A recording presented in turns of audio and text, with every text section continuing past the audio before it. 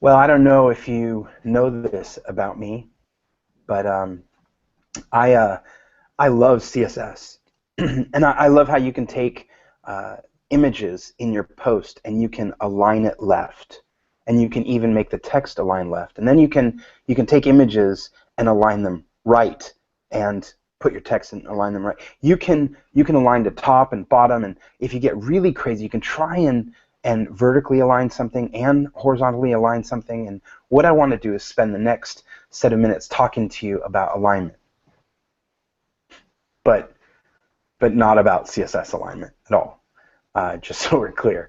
Um, I want to talk to you about a different kind of alignment, an alignment that we all assume we understand, and yet if you look at the world around you, if you look at the companies around you, if you look back at your own experiences, what you'll discover is that for all that we want alignment and for all that we think we have alignment, when you get down into it, you'll discover that there's not as much alignment as we ever hoped and wished. What I'm talking about is the business concept of alignment and how that alignment can, when done right, give you a lot of benefit in your hiring, a lot of benefit in your partnering, a lot of benefit in your mergers and acquisitions, a lot of benefit in your strategic partnerships. Alignment, when understood well, plays out across several different fronts. Unfortunately, most of us get it wrong most of the time.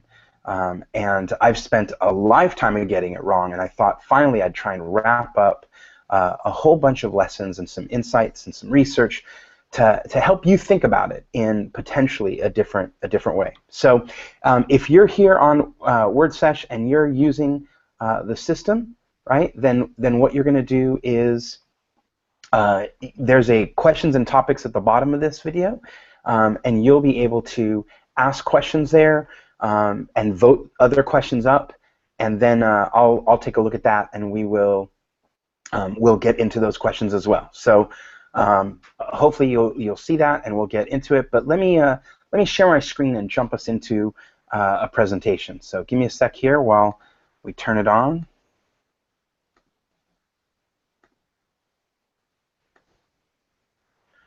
All right. I don't know if you know this, but if you were to look at high performers and compare them to the average performer in a company, high performers deliver up to 400% more productivity. In a research study that was published in 2012, over 600,000 people were looked at. And we're not talking about just developers. We're talking about researchers, entertainers, politicians, and athletes. We're talking about professional athletes and amateur athletes. We're talking about in every discipline and all across the board. 5 different studies were done. And the data was collected and pulled together. And what they discovered was the delta, the difference between average performers and high performers was up to 400%. In case I need to repeat that, right? 400% more productivity. That's massive, right? Because you know for a fact that in none of those scenarios were people getting paid 400% more than the person right next to him who was also considered potentially a high performer but wasn't. And you have to ask yourself, right? What level of productivity would you rather procure, right? What level of productivity would you rather work with, right? Someone who's getting a little bit done or someone who's getting significantly more done? Well, of course, most of us would want to be working with high performers. Most of us would want to be partnering with high performers. Most of us would like to be high performers. And yet, what ends up happening when we step into our own organizations is that our own organizations are designed to work with average performers, not high performers. I watched a video the other day. There was a whole bunch of folks over at, I work at Crowd Favorite, and so that we have a Slack channel, and there were people posting different things, and someone posted a video of why people quit, right? And I guess it's gone around for a while. And I started watching, and in the first few minutes, right, they're talking about beer, and we're talking about T-shirts and everything else, and I go, no, that's actually not accurate. I understand it's a personal perspective, and I'm not slighting the person talking, but the reality is, systems and organizations that focus on T-shirts or focus on having a fridge with drinks or have a pool table in the office, which, by the way, I love pool, but organizations that focus on that are missing out on the fact that a majority of their processes are actually designed to protect themselves from really poor performers and to deal with average performers and not high performers. Let me give you a couple examples. We'll talk about bonuses and feedback as just two of a variety of processes that sometimes don't line up with what our businesses really want. KPMG found in a study that they looked at that 73% of high-performing companies, now you look at companies and in terms of their performance, we're talking about profit and monetization, and 73% of them had no cap on bonus pay. Yet 81% of the low-performing companies all had a bonus cap. Now think about that for a second. What you want from a high performer is to deliver high performance. What you want for a company is greater amounts of profits. Okay, so that's a no-brainer, right? You have a company that wants to excel. It's not in business to just exist. It wants to perform, and it has some high performers in it. And those high performers, they want them to be motivated, aligned, and driving towards the high performance for the business. They want profits out of them, right? And yet, sitting in a boardroom somewhere, someone says, well, how are we gonna do the bonus pay? Right? How are we going to think this through? Like, how much are we going to give to them? And initially, it starts with something simple, right? You start talking about a formula. You start talking about a percentage or something. But then someone says, well, now wait a minute. That's going to get crazy. Let's not do something ridiculous, right? And so what happens? We start putting caps. And what we're really saying is we want you to perform really well. We just don't want to pay you for it. Well, we don't want to get crazy. And what happens? What you discover is that it bears a direct impact on whether or not you're a high-performing company or a low-performing company, is the fact that how you're reacting, how you're putting in a process, right, says everything about how you're thinking about the alignment between your high performers in a business and your own performance as a company. That's just one example. Let's talk about feedback, right? SAP and Oxford together did an interview where they looked at almost 3,000 people, right? And they were looking at high performers. They actually took groups of people and put them in groups, right? The high performers, the average performers, and poor performers. And then they went and they interviewed them and they asked all sorts of questions. And one of the things they asked about was feedback. And they said, okay, so how often does a high performer want feedback, right? What they discovered was that on average, high performers wanted feedback almost every month, right? They wanted just that little touch that said, am I still a high performer? What am I doing wrong? What could I adjust better? Hey, that was great. Because remember, feedback doesn't all have to be negative. It could also be quite positive. And if you get that little touch that says, hey, you're doing a great job. Hey, that was awesome. That was amazing. You know what? No one else could have done that but you. Or whatever it is that they've done, right? I'm not talking about lying to someone. I'm talking about giving them helpful and accurate feedback. High performers want it almost once a month. And yet, over 50% of the high performers said they didn't get enough of it. Right? Now think that through, because most of our systems suggest a performance review of some sort once a year. So you have a high performer that wants 12 touches a year, and you're giving them a touch once a year, right? And why?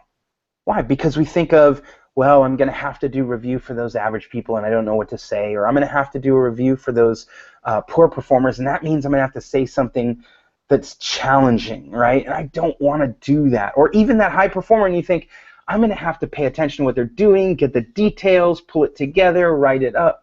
That's just a lot of work. And so what do?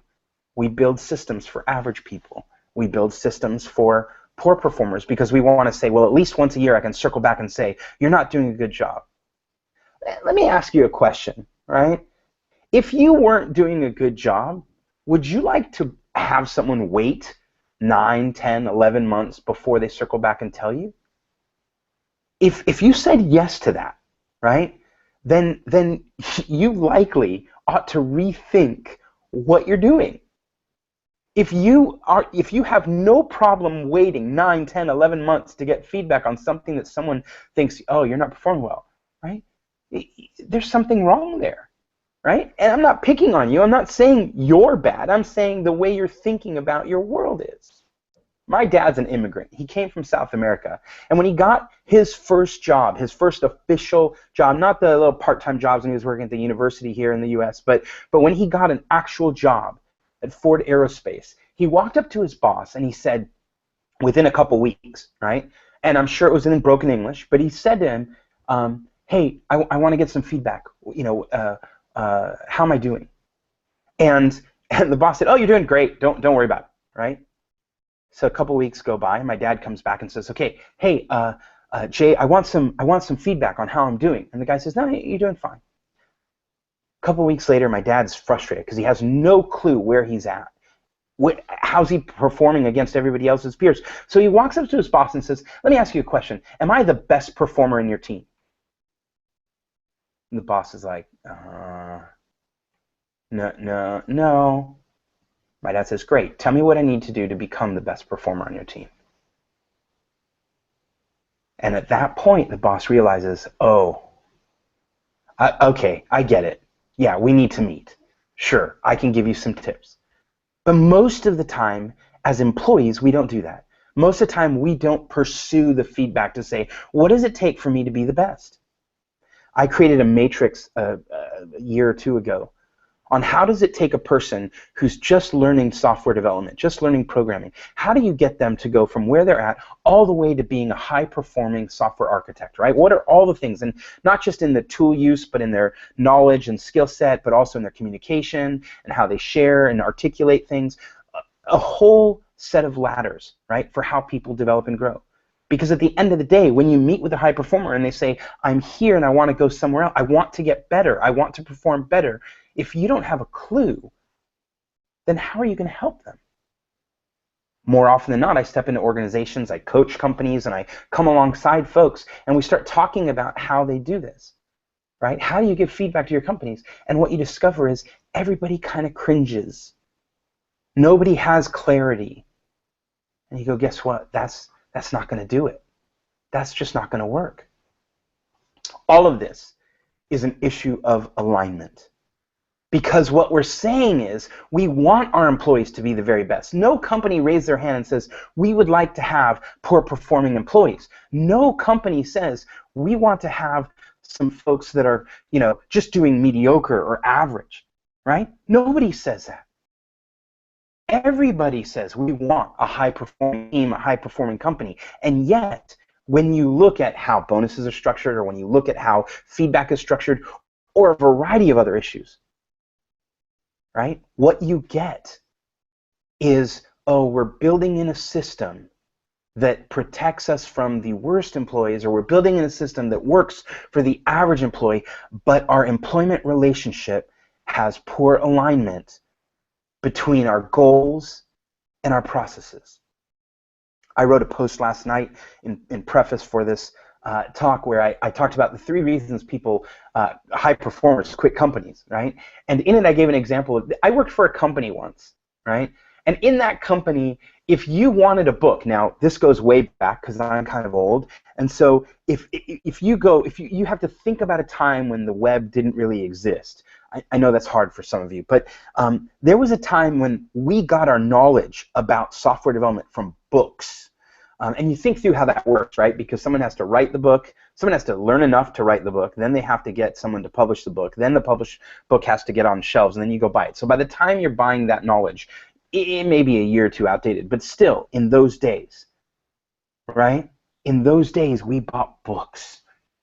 And so, okay, this is fantastic. Let's go buy a book. Well, here's how you did it. You'd go to a bookstore, an actual physical place. They used to exist too. And you'd go in and you'd find this book. And you'd get the title, you get the information, what have you, and then you'd go into your company and you'd fill out a form, and you'd turn the form into your boss, who would then turn it into procurement. Now, procurement would determine which division you came from and figure out which procurement agent would get it. That agent would then turn around and actually find a place where they could procure the book. They would buy the book, they'd order the book, then they'd have to wait for the book to come back and get shipped. Then it would get put into the mail process, at which point it would get sent back to your boss, who would then have to go through the mail, eventually get it, and give it back to you. Now, imagine that you're a high performer who's trying to learn something new. You're trying to figure something out, and you're like, okay, I need this information. Give me this information, and I can keep running. And then you stop into that process and you go, this entire procurement expense management process is designed because people are cheating the system. And that's interesting, but high performers aren't worried about any of that. High performers just want to get the work done. And so we look at the alignment between goals and process, and we say, these things aren't lining up. And when they don't line up, right, there's going to be a consequence. Because as you can imagine, in places like that, high performers just bolt. Let's talk about partnerships, right? It's another area where we can talk about alignment. And when you look at partnerships, right, we're talking about, let's start with the simple ones, right? I'm not talking about the strategic ones, not the big ones, but let's start with the simple ones. One of the simplest is that of a referral, right? In a simple relationship where there's a referral, the objectives are super clear, right? I have people that know me or trust me. I have a product or a company that I totally believe in, and I'm going to take the people that come to me and I'm going to route them to you. And by doing that, I'm going to diminish your cost of sale. And if I diminish your cost of sale, you're going to have a much better life. And so you're going to somehow treat me nice, and I'm going to have a better life. And so in the end, it's a win-win. Everybody understands that, right? Well, Crowd Favorite stepped into, I don't know we ever announced this, but months ago, Crowd Favorite stepped into a partnership with WP Site Care, right? And when we were doing it, it came out of this conversation that I was having with Ryan Sullivan over at WP Site Care, and I said, tell me about how your partnerships work if you don't know who WP Site Care is, you should go look them up. They're awesome. But they work on a lot of maintenance. They work on a lot of helping projects. But invariably, every now and then, what you'll discover is that they may get a lead that is a much larger project, larger than what they work on normally, right? And so I said, well, how does that work? He's like, well, we just give the lead to someone.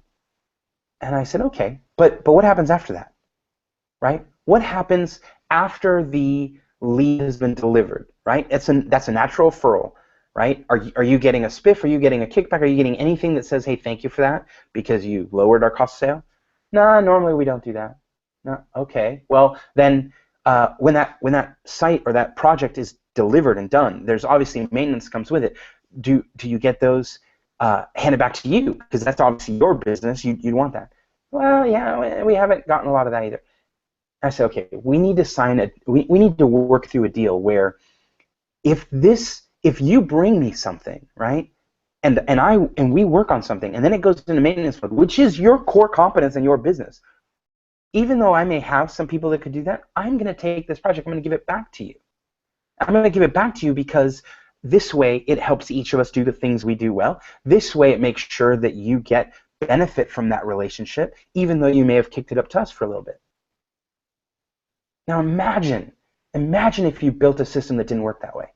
Imagine if, on the other hand, right, a company like WP Site Care would hand you a lead, and then that lead would come in and say, yeah, I want to do this project. By the way, I want to sign a 5-year agreement to maintain this code base. And imagine if I said, yeah, we'll take that, because of course, why wouldn't I take it, right? Well, it turns out that if you leave the WordPress community and you go into other technology companies, right, and other technology sectors, this happens sometimes. I was talking to a buddy of mine outside of the WordPress community, and he's like, yeah, we gave the lead to a company, and then what happened, right? Not only did they do the project that we thought they were going to do, took all the rest of the projects, right? Projects that, frankly, we had been talking about, right? And they took everything. And I said, what was your record? Like, what could you do? He's like, nothing. We couldn't do anything. I mean, we lost a client. And so what happens? Then you go, well, then I'm probably not going to refer anymore, right? I'm probably not going to have that relationship anymore. Because the reality is, when you're talking about partners, right, even simple referral partners, it ought to be a simple thing of alignment. It ought to be something where you say, okay, let me figure out what I do best. Let me figure out what you do best. Let me figure out how you work best, how you monetize it better. Let me figure out how I do it. And let's come together, because when we align, then everybody wins. I win, you win, and our client wins. I also happen to be an affiliate for many WordPress products and services. Now, these are WordPress and products and services that I have bought, that I'm a client of, that I work and I trust, right? So affiliate programs are another no-brainer when we talk about a simple relationship where the incentives should be aligned, right? The affiliate company wants the most number of customers with the lowest cost of sale. I want some material benefit from passing on those customers insofar as those customers don't have any increased cost, right? So those customers aren't going to get charged more because they come from me. But if I've reduced the cost of sale and generated business, then by all means, I should benefit materially like they should, right? And again, it doesn't have to be a big deal, right? It's just a question of, is there good alignment, right? Well, I was working, this was about a year ago, but I was working with a company to help them design their affiliate program, right? Slightly different because I wasn't their affiliate, but I was coaching them to design their affiliate program. And as we were walking through it, right, they said, well, here's the thing, right? We don't want to spend a lot of money on this, right? So we need to lock in how much we're going to pay them, and when we lock it in, that'll protect us. You go, hold on a second, right? You're creating a program where you want other people to send them to you, and yet you want to lock them in at a really low rate to say thank you. That's not even saying thank you. That's not even paying for your meal. It's like just doing the tip, right? It doesn't make sense. This program doesn't make sense. I had a conversation with someone, another company I coached just 2 weeks ago, where I said, what's the most important thing in an affiliate program? Right? What's the most important thing? They start talking about, well, compensation rates and this and that. I said, no, actually, the most important thing is that if I send you someone, that it converts. Right? The most important thing is that all the things that I'm promising that this will do and everything that you deliver all line up in such a way that when there's alignment, it converts. And if it converts, right, then everybody wins. I happen to have a tiny affiliate program with a Photoshop plugin that lets you resize images, and it uses fractal technology, and it makes the image still look great even when you resize it bigger, right? Which is normally a classic problem with images, especially if you pull them off the web. I have sent, because I wrote an article, I wrote one article about it, and because I've sent now 10,000 people there, right, through that single article, right? People search for it, they get the article, and they get routed off, right? And 10,000 people have gone there, and I think I've made like 3 sales, right? Or 6,000 people have gone over there and made like 3 sales, and you're like, this is poorly aligned. Because I'm saying, hey, this is really easy. Then they get there, and what they did was they said, well, we're going to break this product out from the other bundle. We're going to raise the price up on it. And so all of a sudden people get there, and they're like, yeah, this is too expensive for such a small utility. And then they leave. Alignment isn't just about, you know, pricing and spiffs. Alignment is about making sure that the promises, the underlying assumptions that we make about the values and the hopes that my customers have as I route them to you lines up well with what you're delivering and the value you're delivering. And more often than not, we look at all those simple partners, all those simple partnership relationships, and we find there's poor alignment between goals and process, right? This can be a depressing talk, right? Because you're sitting here going, okay, wow, so all we're going to do now is talk about all the ways in which we suck. No, I don't want to do that, right? I want to highlight simply that the reality is this stuff is hard, right? This stuff is hard. And anybody who goes into simple partnerships, employment dynamics when you're hiring and firing, or mergers, acquisitions, and strategic partnerships, what you're going to discover is that if you're not thinking about alignment up front, what you're going to find is that you will fail. And more often than not, failure happens before the thing even gets started. Now, I have been a part of, for the last 8.5 years, before 3 months ago or 4 months ago, I worked at a company called Emphasis Software. And we did a lot of acquisitions, right? And my parent company above that did even more, right? It's a $3 billion company, and most of it's driven off the value that comes from acquiring companies. So the parent company and my old company were constantly doing acquisitions. And one of the things we discovered was you have to be very clear before you even step into writing an LOI, a letter of intent. You have to be very clear that there is alignment between these companies if you're going to do a kind of acquisition or integration. So let's talk about some good news. Let's talk about 2 companies that get it, right?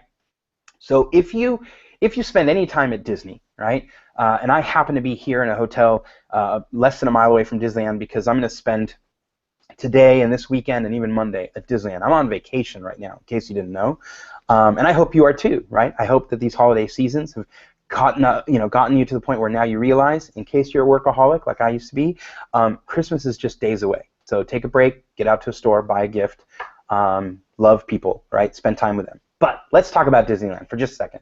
You go into Disneyland and you discover that everything is highly, highly manicured, right? Everything is taken care of. Every nuance is taken care of. They are people who focus on details all the time. Now, what's interesting is there's a second park here next to Disneyland called California Adventure. It's the one I'm going to today. And California Adventure is just awesome. And California Adventure has a Starbucks inside it. And you go, oh, that's cool. But I recently did a tour in the back lot, and I discovered that they have in their back lot, I'm not even sure I'm allowed to tell you this, so let's just keep it between us. But they have in their back lot, they have a closet, if you will, that has an ice machine in it. And that ice machine says Starbucks Ice. And so I had to raise my hand and ask the question, like, what's up with the Starbucks Ice, right? Well, it turns out that Starbucks is just as picky about its things. It has a certain filter it uses on water, and it has a certain set of ice trays or a particular shape of the ice for all your Frappuccinos, right? And the thing that makes that partnership at California Adventure work, the fact that they can put a Starbucks inside of Disneyland, is because both companies fundamentally understand their values. And their values that pay attention to detail, and they over-focus on it, right? They take a exquisite pleasure in focusing on the tiniest of details. It's something they have in common. And because they have it in common, right, then what they can do is they can partner. Mergers and acquisitions, strategic partnerships fail because they say, okay, we're going to get together, and then what happens? Well, we're going to do this deal, and so you get management super excited to write the note, and then nobody pays attention to, well, how much management oversight are we going to need to actually make this through, right? How much energy are we going to need? How many details are we going to have to step through? Or you look at values, right? If you have a value to being innovator, and you have and another group has a value of not innovating so much as making sure everything gets done right, and innovators are moving too quickly, so there'll be mistakes, but they don't care because they value innovation, and you put those two together, what's going to happen? There's going to be a mismatch. What's going to happen when you spend so much money on the actual integration, so much money on the actual acquisition that you don't have any money left to do the integration? You're going to have a problem. And ultimately, what happens when you move too quickly? Right? What happens when you get so excited that at the end of the day, you're moving so fast that you ultimately miss out on making it work right? And yet, every single, and over 50% of mergers and acquisitions fail, right? Over 50%. And yet, every one of them at the outset, at the beginning, when they announce it, everyone is excited. Everyone is like, yeah, we want this to work. Yet if we want it to work and then we do all the things that will make it not work, then we truly have a problem with alignment. Because what we're saying we want and what we're doing are not lining up. It's an issue of alignment. Strategic relationships, just like employment, just like regular partnerships, are all places where we have poor alignment between goals and processes. So what does it take to get aligned, right? Well, the reality is, whether you're talking about hopes or strategies or tactics or processes, you're talking about your people, your money, your time, your energy, all of it has to work together. All of it has to be aligned. All of it has to be looked at in detail. So you ask yourself, is this working? I've spent the last 3-4 months, I just mentioned, I just started a job recently at a company called Crowd Favorite. And I've spent the last 3-4 months, and all I end up doing is walking through what are the strategies, what are the tactics, what are the processes we have in place, and how do we properly align them. And that means there's constant change, right? I'm sure my staff over there aren't loving it all the time because we make adjustments to things. And then we make another adjustment, and I make another adjustment. And at some point, they're going to be like, enough of this. Yet the point is that what I want is for every bit of every process, of every tool we use, of every strategy we're taking, all of it to line up and support one another. Because when it does, right, I want you to think about a bowling alley, a bowling lane, a bowling ball rolling down that lane. The ball normally hits the front pin. And yet, If all the other pins are aligned, they all go down. The ball doesn't have to hit 10 pins to get a strike. The ball can hit the first one and get a strike if the pins are aligned. My name is Chris Lema. You can find me on Twitter at Chris Lema. And I blog over at chrislema.com. I'm the CTO and Chief Strategist at a company called Crowd Favorite. And now I'm going to turn it over to our Q&A time and take a look at some of your questions. Thanks.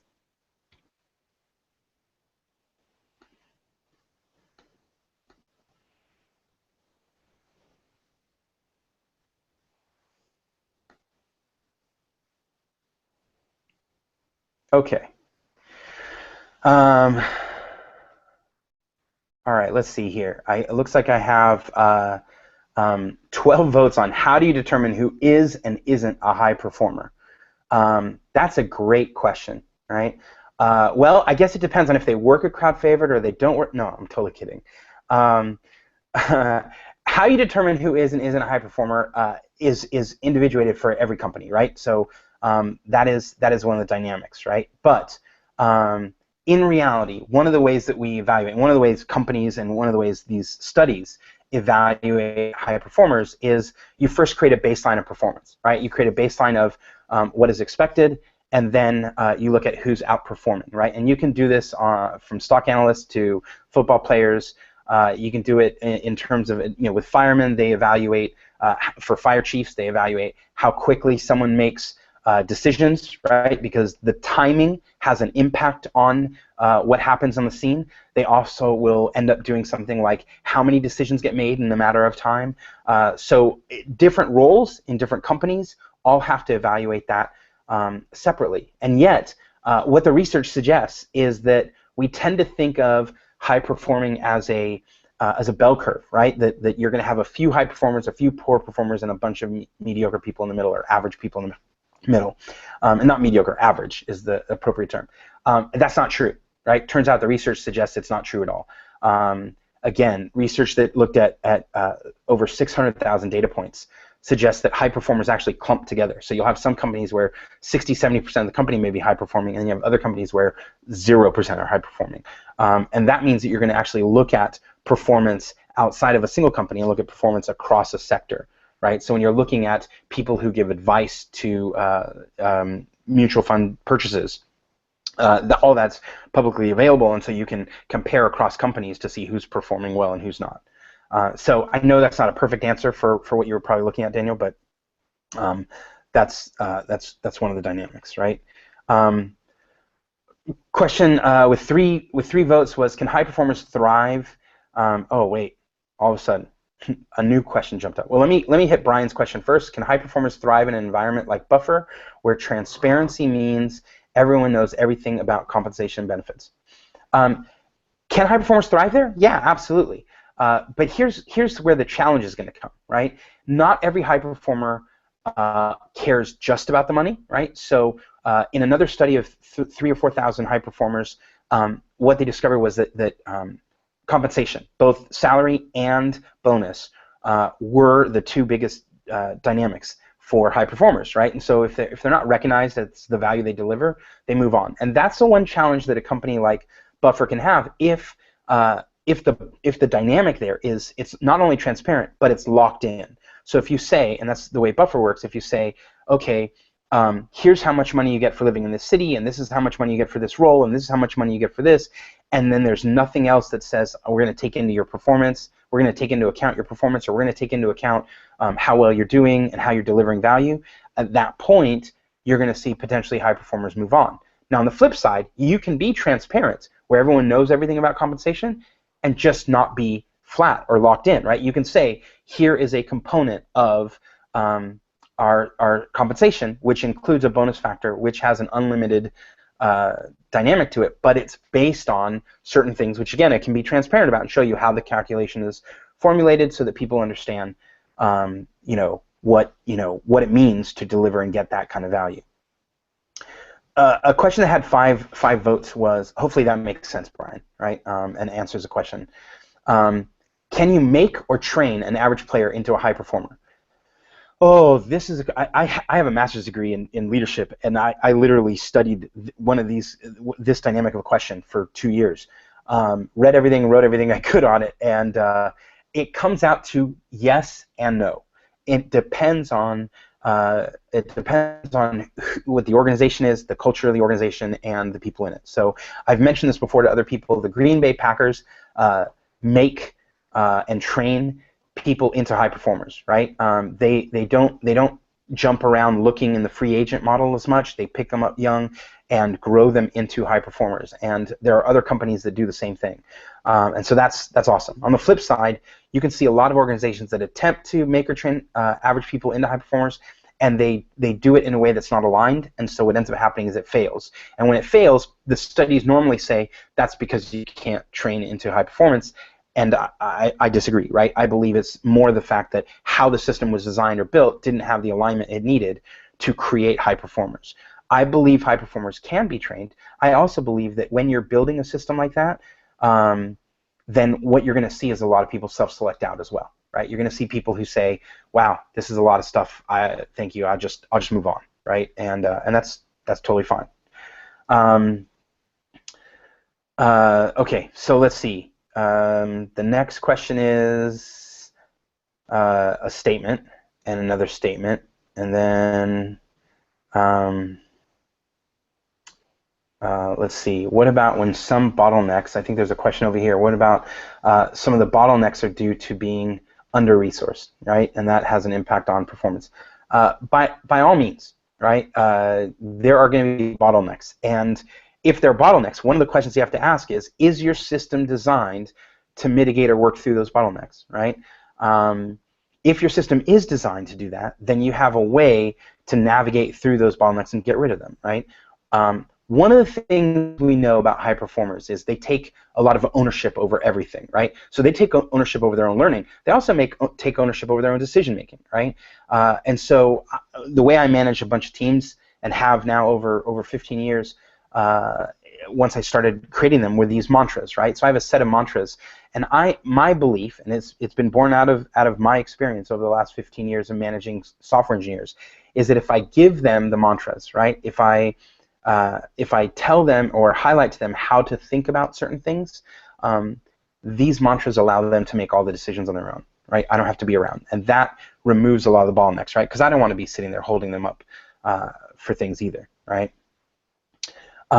One of the questions is, any suggestions on how to ask for effective feedback from colleagues and the people around you and the boss, right?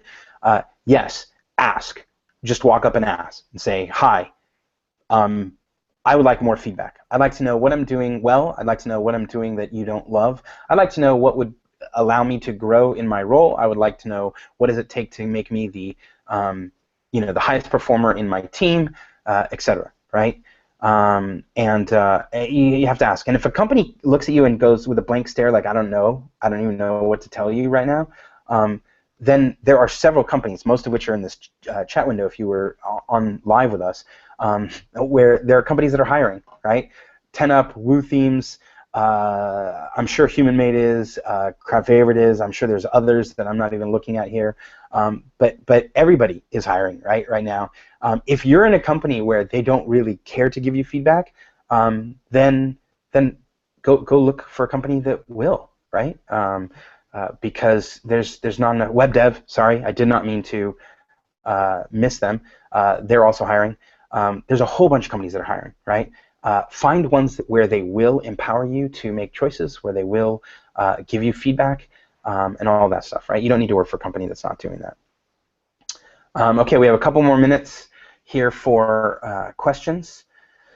Okay, can a high performer thrive in an organization of only high performers, where they often be mediocre, poor performing compared to their teammates? That's a great question. So high performance isn't just something that's defined within a small context, like within a team, right? In fact, what it turns out is high performers love to work with other high performers. The way I explain this to my staff and to people who are willing to listen to me talk is in the old Roman days, right? The Roman soldiers had a shield, and on the shield, on the right side was a little circle loop, right? And on the left side was this little hook. And what that was for was you could literally take your shield and hook it into the next guy's, into his loop, and someone else could hook into yours. And the point of that was that everybody goes together. The point of that is that you get protected when you move together in alignment, and you get able to move forward, right? Without any stress or worry about the fact that the guy on the left and the guy on the right aren't pulling their weight, aren't moving with you, right?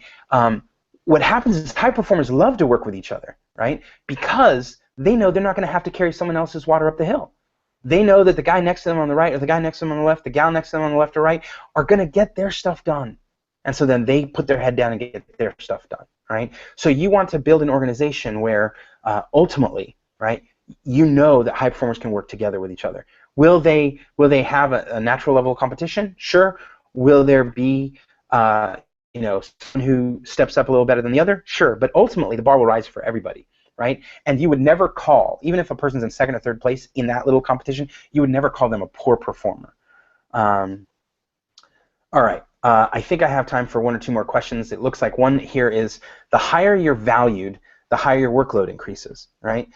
Any recommendations on determining what projects to take on and what to deny? So yes, the higher you're valued, the higher your work requests increase, that's for sure. That doesn't necessarily have to mean that your workload increases. I like to joke with people and say that every year I work less, right? And I work less mostly because my goal, right, when I step into a company or when I step into a team, even in if I'm collaborating in a nonprofit, my goal is to make sure that the people under me are actually getting better and delivering more and doing more and freed up to do the best work that they could ever do, right? It's ridiculous, but there's a study that goes out every single year. It looks at all sorts of companies and corporate stuff and all sorts of employees, and they ask employees this question, which is to say, is there anything, right, that prohibits you from doing the very, very best, your best work within this company, right? Now, you would hope, in terms of alignment, every company would want their people to be able to do their very best, and so you would hope that this was like, no, everyone would say no. And the reality is that a lot of people say yes every year, right? Which is really sad. At the end of the day, you want to build an environment where people can make they can make the actual effort and ability to do their very best work. And if that's the case, to do that, right, you want to build the culture to do that. So yes, when you're higher valued, there'll be more requests. But what you want to do is build in the teams, build in the people that would come alongside and help you carry that load. In terms of projects to take on and what to deny, in general, my rule of thumb is get good at saying no. Get good at evaluating where there's risk, and risk is related to you specifically, right? So every person says, gosh, this is how I define a red flag, and this is how I define a red flag. But by all means, you're going to want to figure out what are your red flags so that you can, do the best work that you could do. All right. Create an example. Do you have a suggestion as for you from colleagues, even people who work for you? Yeah. So that's a great question, Drew. What about getting feedback from the people who work for you? I ask that of folks all the time. There is, I think it's getlighthouse.com. I think is one that's going around here on the sideboard, and I talked to someone who sent it my way recently. But part of the dynamic is having an honest conversation, right? Which means you have to create an environment where people can have honest conversations, and that's a lot harder than it seems, right? Because everybody walks around with the I'm nervous, right? I'm nervous to tell the truth. I have people, I just joined in a new company, and so invariably people get nervous, right? They're like, oh, I don't know if I want to tell them anything, right? And the best thing you can do is create an environment where they can be honest and that they don't get smacked because of it, right? And that will encourage them to be honest again, and that allows you to have the conversations. Shout out for Sai, who's just come on from Crowdcast. Oh, yes. Anybody who came on from Crowdcast, including Sai, who's dealing with the trolling, thank you very much. And from the last session, update your PHP. Right? I think I have one, like I barely have a minute left to finish, and so make sure that all your PHP versions are updated. Make sure all your WordPress versions are updated. That has nothing to do with alignment, except that you just don't want to not be aligned when it comes to what's going on in the rest of the world and your servers and your infrastructure. So anyway, I think I have one last question here, which I can squeeze in, which is how do I handle performance reviews? A couple of things to note, Paul. Number one, I do them often, so do quarterly reviews rather than yearly reviews. The second thing I do is I evaluate every single person in the team and hopefully in the company on the same core criteria. These criteria every quarter are based on the core values of the business and where we're trying to go, and values that are driven by high performance. And then I detach compensation from those reviews, right? So compensation's separate, but what I want is to make sure that the reviews are for the focus of the reviews to help everybody, both supervisors and employees, get better. So I think that's it for me. Thank you guys very much.